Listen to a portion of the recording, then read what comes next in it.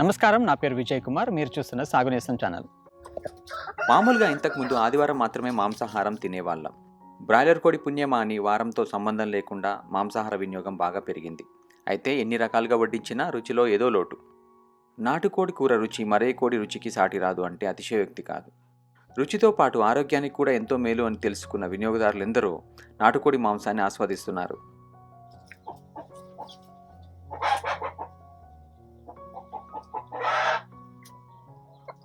గ్రామాల్లో ఒకప్పుడు ప్రతి ఇంటి పెరట్లో పదుల సంఖ్యలో నాటుకోళ్లు కనపడేవి.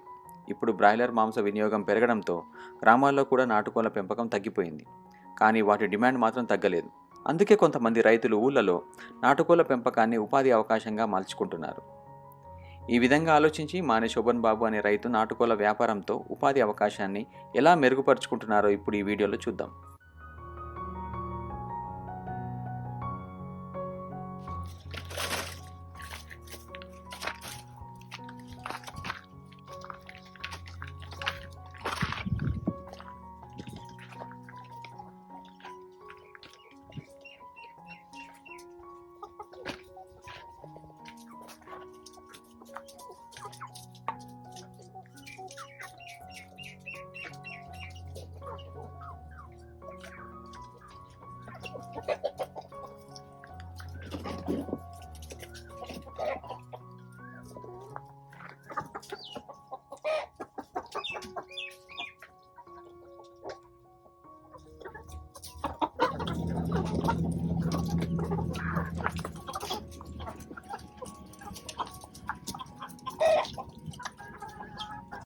ఈరోజు మనం నల్గొండ జిల్లా మర్రిగూడ మండలం లెంకలపల్లి గ్రామంలో ఉన్నాం.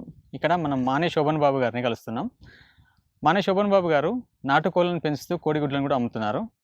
ఎన్ని రకాల నాటుకోళ్లను పెంచుతున్నారు, వాటిలో వచ్చే అవరోధాలు కానీ ఇబ్బందులు ఏంటో తెలుసుకుందాం. నమస్కారం సార్. నమస్కారం.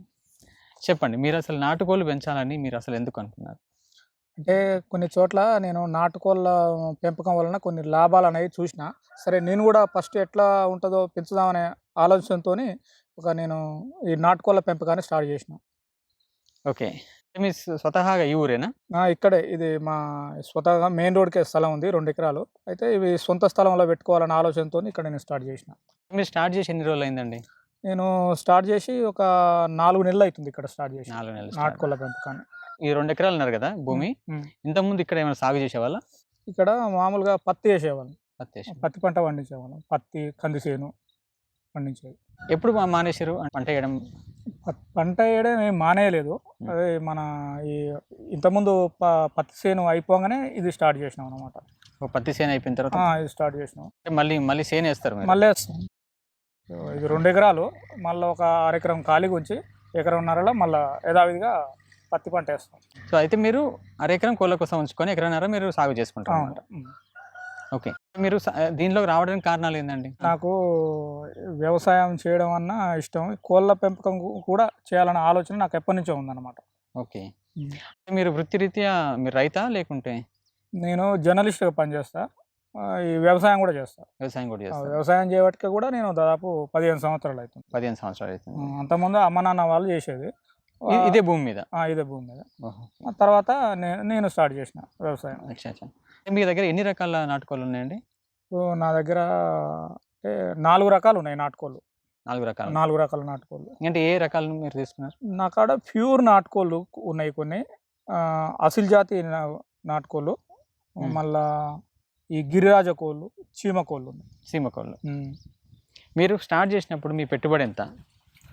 స్టార్ట్ చేసినప్పుడు నేను మామూలుగా ఒక 50,000తో స్టార్ట్ చేద్దామని చేసిన, కానీ ఖర్చు బాగానే ₹1,00,000 దాకా వచ్చింది. ₹1,00,000 దాకా వచ్చింది. ఎన్ని కోళ్ళతో స్టార్ట్ చేశారండి? నేను ఫస్ట్ ఒక 300 కోళ్ళు తీసుకొచ్చాను. 300 కోళ్ళు తీసుకొచ్చాను. దాంట్లో 2 షెడ్లు ఉన్నాయి కదా, ఎందుకు మీరు 2 లాగా విభజించారు? అంటే ఒకటేమో ప్యూర్ నాటుకోళ్ళ కోసం, ఒకటేమో ఫామ్ నాటుకోళ్ళ కోసం అనేది 2 వేసిన. మీరు తీసుకొచ్చినప్పుడు నాటుకోళ్ళు అంటే పిల్లలు తీసుకొస్తారా లేకపోతే ఎట్లా? అంటే నేను ఫస్ట్ ఏం చేసిన అంటే ప్యూర్గా మన ప్యూర్ జాతి నాటుకోళ్ళు చేద్దామని, ఇప్పుడు ఈ లెంకలపల్లి గ్రామం, మా పక్క గ్రామం దోనిపాములో అని ఉంటుంది, మా అక్క వాళ్ళ ఊరు కలకుంట్ల. మునుగోడు ఇంకా కొన్ని ఊర్లల్లో ప్యూర్ నాటుకోలు తీసుకొని వచ్చిన వాళ్ళ ఇండ్ల వద్దకు వెళ్ళి ఎంత ఎక్కడ పోయినా దొరకలేవు. నాకు ఒక 20 నుంచి 30 వరకు అయ్యేది. వేరే దొరకలేవు కాబట్టి ఇక నేను మళ్ళీ ఫామ్ నాటుకోలు తీసుకొని వచ్చిన. పెద్దవి కొన్ని తీసుకొని వచ్చిన, చిన్నవి కొన్ని తీసుకొని వచ్చిన. మీ దగ్గర ప్యూర్ అంటే జాతి నాటుకోళ్ళు, ఫామ్ నాటుకోళ్ళు, సీమ కోళ్ళు, గిరిరాజ కోళ్ళు ఇవన్నీ దొరుకుతాయి. ఇప్పుడైతే గిరిరాజ కోళ్ళు ఏమో పిల్లలు తెచ్చి చేస్తున్నా, పెద్దగా ఇంకా కాలేదు. ఓకే, ఎన్ని రోజుల పిల్లలు తీసుకొస్తారండి మీరు? నేను తీసుకొచ్చిన ఒక 20 డేస్ పిల్లలు తీసుకొని వచ్చి. 20 డేస్ పిల్లలు తీసుకొని వచ్చి. మీకు ఎంత పడుతుంది? అంటే అవి ఏంటంటే నల్గొండలో తీసుకొని వచ్చిన, వేరే ఆంధ్ర వాళ్ళు తీసుకొచ్చి అమ్ముతారు చూడు. అంటే ఫస్ట్ అవి తీసుకొని వచ్చిన, అవి నేను ఫస్ట్ ఒక 50 తీసుకొని వచ్చిన.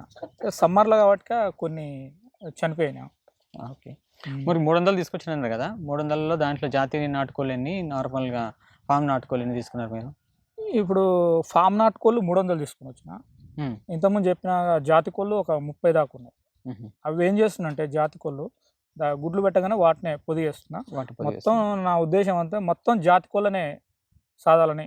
మొత్తం మీరు 300 కోళ్ళు తీసుకొచ్చిన అన్నారు కదా? అవును. ప్రస్తుతం అంటే ఎన్ని ఉన్నాయండి? ఇప్పుడు ఒక 50 కోళ్ళు మాత్రమే ఉన్నాయి. 50. ఇప్పుడు 300 తీసుకొస్తే అమ్ముడు పోయినాయి, మొత్తం అమ్మేసిన. 250 కోళ్ళు అంటే మొత్తం అమ్మేసిన. అంటే ఏమైనా చనిపోయినాయా? అలా ఒక 20 వరకు చనిపోయినాయి, ఎండ వేడి మీకు తట్టుకోలేక. అంతేగాని ఇక తెగుళ్ళు ఏమైనా వస్తుంటాయి వాటికి? తెగుళ్ళు వస్తుంటాయి కొద్దిగా. ఏంటంటే మందు ఎండాకాలం కొద్దిగా తెగులు కదా, మందు వేసిన కొన్నిట్లకు. మామూలుగా నేను కొత్తగా పెట్టిన కాబట్టి వేరే ఒక ఫామ్ అతనికి అడిగి పోయి ఇట్లా ఏం మందు వాడాలంటే అది ఒకసారి అయితే వేసిన. మందు వేస్తే బతికినాయి చాలా వరకు, కొన్ని కోలుకున్నాయి మంచిగా, పర్వాలేదు. ఎలాంటి రోగాలు వస్తుంటాయి వాటికి? అంటే ఇక మెడ వాల్చడం, కొద్దిగా కాళ్ళు కూరపట్లు పడుతుంటాయి, అట్లాంటివి అనమాట. ఇప్పుడు 50 ఉన్నాయన్నారు కదా, మరి నెక్స్ట్ ఇంకో బ్యాచ్ లాగా ఇట్లా తీసుకొస్తారా? బ్యాచ్ ఈ 2-3 రోజుల్లో తీసుకొని వస్తాం, మళ్ళీ ఒక బ్యాచ్ తీసుకొని వస్తాం. అంటే బ్యాచ్ అంటే ఏ ఏజ్ ఉంటుంది వాటికి? అంటే ఒక 20 రోజులు, 10 రోజులు, 20 రోజులు అట్లా ఉంటాయి. అట్లా తీసుకొచ్చిన తర్వాత మళ్ళీ వాటిని నేను ఒక 2 మంత్స్ అట్లా 2 మంత్స్ 3 మంత్స్ 2 మంత్స్ నుంచే మళ్ళీ అమ్మొచ్చు అనమాట. అంటే ఇప్పుడు ఎన్నో రకాల కోళ్ళు ఉంటాయి, అంటే డిఫరెంట్ ఏజ్ కోళ్ళు ఉంటాయి కదా. అంటే రెడీ ఫర్ సేల్ ఒకటి ఉంటుంది, అంటే మీరు అన్నట్టు 20 రోజుల కోళ్ళు తీసుకొస్తున్నారు, కోడి పిల్లలు తీసుకొస్తున్నారు కదా. తర్వాత ఒక నెల 2 నెలల కోడి పిల్లలు అన్నీ ఒక దగ్గరనే ఉంచొచ్చా? లేదు, అట్లా ఉంచకూడదు. ఏంటంటే ఈ చిన్న పిల్లలు పెద్ద దాంట్లో వేస్తే బాగా తొక్కడం కానీ పుడిచడం కానీ చేస్తే చనిపోతాయి అన్నమాట. ఇప్పుడు నేనేం చేస్తా అంటే ఈ చిన్నది చేస్తా, పెద్ద చేస్తా, అవి వేరే షెడ్లో, ఈ వేరే షెడ్లో ఉంచుతా. ఓకే, అంటే మీరు ఆల్రెడీ 3 భాగాలు చేసినట్టున్నారు కదా? అవును, 3 భాగాలు చేసిన. షెడ్లు 2 షెడ్లు 3 భాగాలు చేసిన. అంటే ఇప్పుడు 3 భాగాలలో ఒకటేమో మీరు ప్యూర్గా ఫామ్ నాటుకోళ్ళకి వదిలేసిండ్రు, ఒకటేమో ప్యూర్ జాతి నాటుకోళ్ళకి వదిలేసిండ్రు, ఇంకా 3వ విభాగంలో మీరు పొదిగిస్తున్నట్టున్నారు. పొదిగించడం వల్ల ఎన్ని కోళ్ళు తీసిండ్రు మీరు? అంటే ఇంకా రాలేదు. ఇప్పుడు ఎండాకాలంలో గుడ్లు పెట్టినాయి, గుడ్లు పెడితే గుడ్లు అంటారు చూడు, దాంట్లో అయితే చాలా వరకు చేయలేదు. కొన్ని చేసినాక కానీ కోళ్ళు, పెద్ద కోళ్ళు తొక్కుతాలకే దాదాపు 10 పిల్లల దాకా చనిపోయినాయి. ఇప్పుడు దాదాపు ఒక 10 కోళ్ళు గుడ్లు పెడుతున్నాయి, అన్నిటిని వదిలేసిన. దగ్గర ఒక 20-30 గుడ్లు ఉన్నాయా మీ దగ్గర పొదిగిసినాయి? పొదిగేసినాయి 50 గుడ్లు ఉంటాయి. 50 గుడ్లు ఉంటాయి. 50 గుడ్లు ఉంటాయి. కొందరు రేకులు వేస్తూ ఉంటారు షెడ్కి, మీరు డిఫరెంట్గా తాటికమ్మలు వేసిండ్రు. అంటే చల్లదనం కోసం అని వేసిన, ఎండాకాలం వచ్చినా కోళ్ళు తట్టుకునే విధంగా ఉంటాయని ఉద్దేశంతో నేను కమ్మల షెడ్డే పెద్ద చేసిన. అంటే ఫామ్ నాటుకోళ్ళు ఎన్ని రకాలు అన్నారు? ఫామ్ నాటుకోళ్ళు చాలా రకాలు ఉంటాయి. నేను తెచ్చింది అసిల్ జాతికి తెచ్చిన. అసిల్ జాతికి తెచ్చిన నేను. కడక్నాథ్ ఇవన్నీ కూడా దొరుకుతాయి మీ దగ్గర? కడక్నాథ్ తెచ్చినా కానీ ఎందుకో బతకలేదు, కొన్ని తెచ్చిన. అందుకనే మళ్ళీ సమ్మర్లో చాలా రకాలు తెచ్చినా కానీ బతకలేదు కొన్ని. అంటే వాతావరణ ప్రభావం ఉంటుంది. వాతావరణం ప్రభావం అంటే నేను ఫస్ట్ టైం కదా, 4 months అవుతుంది పెట్టి, అందుకనే ఇంకా కొన్ని నేను జాగ్రత్తలు తెలుసుకొని పెంచాల్సిన పరిస్థితి ఏర్పడింది. అంటే మీరు దానా ఏమి వేస్తారండి? నువ్వు దానా నూకలు వేస్తా, మొక్కజొన్నది వేస్తా, సజ్జలు వేస్తుంటా. ఎక్కువ నేను నూకలు వేస్తా, తౌడు నూకలు అని మిల్లులో దొరుకుతాయి, అది వేస్తుంటా. మొక్కజొన్నది వేస్తుంటా. ఈ 3-4 రకాలు వేస్తుంటా దాంట్లో దానా. ఈ కోళ్ళని ఏంటంటే ఉదయం బయటికి తోలుతా. ఇప్పుడు 2 ఎకరాలు ఉంది కదా, ఇలా బయట తిరుగుతాయి. ఇక సాయంత్రం ఒకసారి, ఉదయం ఒకసారి నూకలు అవి వేస్తుంటాం. రోజుకు 2-3 సార్లు వేస్తుంటాం. 2-3 సార్లు వేస్తా రోజుకు. మీరు 300 కోళ్ళలో దాదాపు 250 అమ్మేసి అన్నారు కదా, అంటే గ్రామంలో రెస్పాన్స్ ఎట్లా ఉంది? మంచి రెస్పాన్సే ఉంది. ఇప్పుడు ఈ లెంకలపల్లి గ్రామంతో పాటు చుట్టుపక్కల వాళ్ళు కూడా వస్తారు. ఇప్పుడు ఈ మా చుట్టుపక్కల గ్రామాలు ఇప్పుడు భీమనపల్లి అని ఉంటుంది, దోనిపాముల, ఈ కొట్టాల, శివన్నగూడెం, కుదాబక్షపల్లి నుంచి కూడా వస్తారు. మా ఊరికి చాలా దూరం నుంచి కూడా వచ్చి కొనుక్కొని పోతారు అన్నమాట. పబ్లిసిటీ ఎట్లా చేస్తున్నారండి మీరు?